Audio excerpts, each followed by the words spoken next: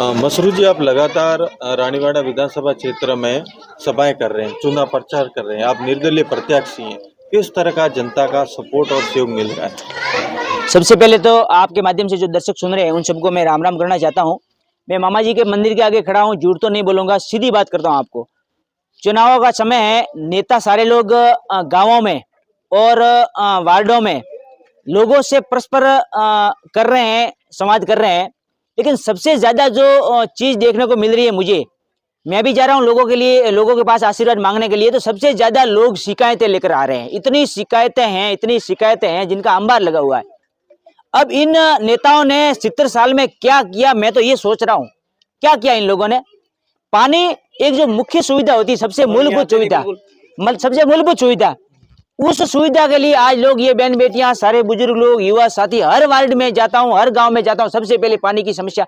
यहाँ पानी नहीं आ रहा, पानी के नल यहाँ डाले हुए नहीं है। ये मैं वार्ड नंबर 3 के अंदर खड़ा हूँ, रानीवाड़ा नगर पालिका क्षेत्र के अंदर। तो मुझे सबसे ज्यादा शिकायतें देखने को मिल रही है और मैं लोगों से, एक युवा होने के नाते और एक किसान का पुत्र होने के नाते, इन शिकायतों का समाधान करने का लगातार प्रयास करूंगा। ये इन लोगों को आश्वासन दे रहा हूं और इनसे मैं आशीर्वाद भी मांग रहा हूं। जी, लगातार आप फील्ड में जा रहे हो, ग्रामीण क्षेत्र या जैसे अभी नगर पालिका रानीवाड़ा विधानसभा क्षेत्र बनी है, तो उसमें आप देख रहे हो स्वास्थ्य व्यवस्था हो, चिकित्सा के क्षेत्र में हो, जैसे ये रोटी कपड़ा मकान, यहाँ कहाँ तक पहुँचा है देश आज़ादी के बाद? ये रोटी कपड़ा मकान तो केवल और केवल एक स्लोगन बनकर रह गया है। रोटी तो लोग अपने खुद के कमा कर खाते हैं, कपड़े कमा कर पहनते हैं, और मकान ज्यादा जो व्यक्ति कमाएगा वही बनवा पाएगा। बाकी ये प्रधानमंत्री आवास योजना, ये साली थोथी योजना है।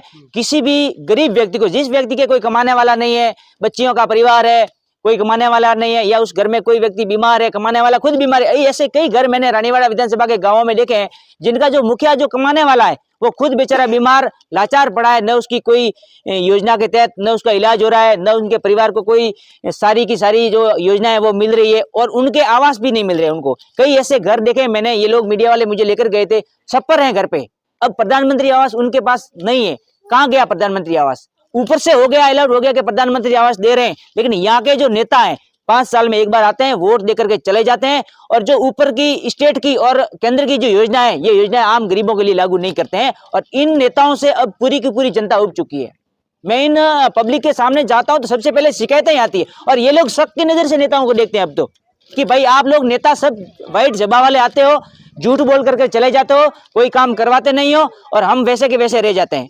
तो इस गंदी राजनीति को खत्म करने के लिए मैं प्रयास आगे करूंगा। रानीवाड़ा विधानसभा क्षेत्र के अंदर जितनी शिकायतें हैं, शिकायतें क्या होती है, लोग कोई पैसे तो मांगते नहीं है, लोग खुद मजदूरी करके खुद कमा कर खाते हैं, लेकिन जो बेसिक सुविधाएं हैं, पानी की सुविधाएं हो, ये जो सड़कों की सुविधा हो, आवागमन में कोई रास्ते बंद है तो वहां खुलवाना, ये जो स्वास्थ्य संबंधी सुविधा, ये सारी असुविधाएं हैं, इनको लेकर के मैं पब्लिक के बीच में जा रहा हूं, पब्लिक को आश्वासन दे रहा हूं और आशीर्वाद मांग रहा हूं। आगे संघर्ष करूंगा और समस्याओं का समाधान करने का लगातार भरपूर प्रयास करूंगा। 15 साल से ये वायदा कर रही है रेलवे रास्ता निकालने का, अंडरग्राउंड रास्ता निकालने का वायदा कर रही है, इसके बारे में आपके लिए रानीवाड़ा के लिए क्या विजन है? मेरा सबसे पहला तो एक विजन अलग है और एक सपना है, वो तो मेरा जिला बनाने का सपना है ही है। वो जब तक रानीवाड़ा जिला नहीं बनेगा, मेरा सपना मैं मानता हूँ कि पूरा नहीं होगा। अब पहले हमारा संघर्ष भिनमाल को जिला बनाना और रानीवाड़ा को उसमें शामिल करने का था, लेकिन 54 दिन के धरने के बाद में, भूख हड़ताल के बाद में, सारी व्यवस्थाओं करने के बाद में, चिल्लाने के बाद में, सरकार के बाद में, जब ठुल्लू दिया कांग्रेस की सरकार ने, उसके बाद में मैंने निश्चय किया है कि आने वाला जो संघर्ष होगा वो रानीवाड़ा को जिला बनाने का संघर्ष करूंगा। और जब तक रानीवाड़ा जिला नहीं बनेगा तब तक मैं मानूंगा कि मेरा कोई सपना पूरा नहीं हुआ। अब विजन की बात करें तो विजन मेरा ये है, सबसे पहले तो मैं, रानीवाड़ा नगर पालिका क्षेत्र है, एक नवसर्जित नगर पालिका है, और इस नवसर्जित नगर पालिका क्षेत्र के अंदर यहाँ के निवासियों को भी मैं कहना चाहता हूँ कि चोरों के हाथ में मत देना। आप आने वाले समय में नगर पालिका के चुनाव होने वाले हैं, चोरों के हाथ में नगर पालिका मत देना। अगर चोरों के हाथ में नगर पालिका दे दी तो नई नई नगर पालिका में जो बजट आएगा वो खा के चले जाएंगे, अमीर लोग ऐशो आराम करेंगे और हम लोग वैसे वैसे रह जाएंगे। यहाँ पानी की सुविधा करवाना, यहाँ सड़कों की सुविधा करवाना, यहाँ के छोटे बड़े कोई रास्ते बंद है उनको खुलवाना, यहाँ के लोगों के लिए लाइट की प्रबंध 24 घंटे करवाना, और उचित जो यहाँ व्यवस्था है, कई जगह हाई मास्क लाइटें नहीं है तो वहाँ अंधेरा रहता है, चोरी चकेरी की समस्याएं रहती है। कई जगह नगर पालिका क्षेत्र है तो वहां पर सीसीटीवी कैमरों की जरूरत रहती है। तो मेरा विजन आगे का ये क्लियर है कि सीसीटीवी कैमरे लगवाना यहाँ पर हर कॉर्नर पर, ताकि कोई चोरी न हो सके, कोई आलतू फालतू व्यक्ति अंदर उधर न हो सके, शांति रहे। दूसरा नंबर, सड़कें अच्छी करवाना, नालियों का काम बिल्कुल अस्त व्यस्त रानीवाड़ा नगर पालिका क्षेत्र के अंदर है, उसको सही करवाना और मतलब विकास कार्यों पर मेरा मुख्य फोकस रहेगा। और ये सिर्फ नगर पालिका नहीं, गाँवों में इससे भी बदतर हालत है, उन सभी हालतों में भी सड़कें अच्छी करना, गाँव में हॉस्पिटलों में सुविधाएं करवाना, सरकारी स्कूलों में सुविधाएं करवाना, ये मेरा विकास कार्यों का विजन मुख्य तौर पर रहेगा। जी मुसीब, आप युवा होने के नाते पहली बार निर्दलीय चुनाव लड़ रहे हैं विधानसभा का, किस तरह की चुनौतियों का सामना करना पड़ता है? क्योंकि ग्रामीण इलाकों में कई विकासों की भी कमी है, लोग आपसे सवाल भी करते होंगे कि भाई नेता आ रहे हैं जा रहे हैं, पर जो हम हैं 5 साल के बाद वही के वही रह जाते हैं। ये बात सही है आपकी, नेताओं ने अपनी पेट खो दी है जनता के सामने। इन नेताओं ने बहुत झूठे झूठे बातें जनता को करके इनकी नेतागिरी की ही पेट खो दी, राजनीति की पेट ही खराब कर दी इन लोगों ने। तो हमारे सामने तो बहुत बड़े टास्क है, बहुत बड़ी चुनौतियां हैं कि भाई इस गलत पेट नेताओं की बनी है, इसको कैसे सुधारा जाए। तो बहुत सारे गांव ग्रामीण इलाके, मैं तो किसान पुत्र हूँ, तो हमारे पास साधन संसाधन भी कम रहते हैं, लेकिन हमारा जो विजन है वो क्लियर है कि गांवों की व्यवस्था करवाएंगे। गांवों में जितनी भी जाति और धर्म की राजनीति इन लोगों ने की है उसको तो मैं जड़ से खत्म करना चाहता हूं। कोई जाति की राजनीति नहीं करूंगा और न ही किसी को करने वाले व्यक्ति का समर्थन लूंगा, न उसको कभी समर्थन दूंगा। ये मेरा विजन रहेगा आगे। सर, रानीवाड़ा में काफी समय हो गया नगर पालिका बने हुए, अभी तक दमकल वाहनों की व्यवस्था नहीं हुई उनको लेकर। दमकल व्यवस्था तो बिल्कुल ही नहीं है। आप सबको पता होगा कि 1 साल पहले यहाँ एक डूंगरी के पास में भील परिवार के अंदर एक बच्ची, 2 बच्चियां जिंदा जल गई थी, बहुत करुण घटना थी। उस घटना में उस परिवार से मिला था और उसके परिवार के लिए मैंने लोगों से कुछ मदद की अपील भी की थी, लेकिन सबसे अगर ज्यादा बचना मैंने की तो यहाँ की जो व्यवस्था है, गलत व्यवस्था, ये दमकल वाहन नहीं है उसकी की थी। दमकल वाहन होता तो कहीं न कहीं कई सारे घर बच जाते हैं, कहीं आगजनी होती है तो वहां पर सामान जलता है, वो भी नष्ट होने से बच जाता है। दमकल वाहन नहीं है, ये तो बहुत बड़ी यहाँ के दोनों नेताओं की, जो नेता बड़े बड़े बन करके घूम रहे हैं और कांग्रेस भाजपा को उछाल रहे हैं ना, इन दोनों नेताओं की बड़ी कमी है कि यहाँ पर दमकल वाहन नहीं है। सर, आप वार्ड संख्या 3 में आए, लोगों ने आपका भव्य स्वागत किया, यहाँ की प्रमुख मुख्य समस्या क्या है? यहाँ की प्रमुख, यहाँ के स्थानीय लोगों ने बताया कि सबसे बड़ी समस्या तो ये है कि टैंकरों से पानी दिलवाना पड़ रहा है।